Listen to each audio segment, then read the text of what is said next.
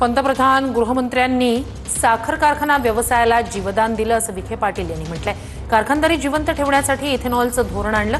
कारखानदारीला जीवदान देणाऱ्यांचे बॅनरवर फोटो लावले नाही असं विखे पाटील यांनी म्हटलंय। जनाची नाही तर मनाची तरी ठेवा असं म्हणत विखे पाटील यांनी दादांवर अप्रत्यक्षपणे टीका केली आहे। आज कारखानदारी आपल्या राज्याची इथेनॉलचं धोरण टिकली की नाही म्हणून टिकली। कोणावर टिकली? ज्या आदरणीय प्रधानमंत्र्यांनी हे धोरण आणलं म्हणून टिकली, त्यांचे फोटो तुमच्या वार्षिक अहवालात आहेत का? नाही। अभिनंदनचा ठराव तुमच्या वार्षिक सभेत केला का? नाही केला। एवढी तरी तुम्हाला जरा मराठी घ्या म्हणतो मी समोर सांगितलं की ज्यांनी आपल्याला जीवदान दिलं त्याचं तरी आठवण ठेवा। ज्यांनी आपल्याला वाटोळं केलं त्यांचे फोटो सापडून मोकळे झाले